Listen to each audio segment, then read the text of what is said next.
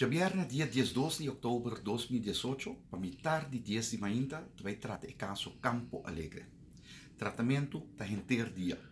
Se trata de caso de triplo assassinato que tomou lugar dia 24 de julho de 2016, riba lugar para estacionar auto de Campo Alegre. Tem quatro sospechosos que têm que ser responsabilizados pela morte de homem Everência, Rosa e Leonard.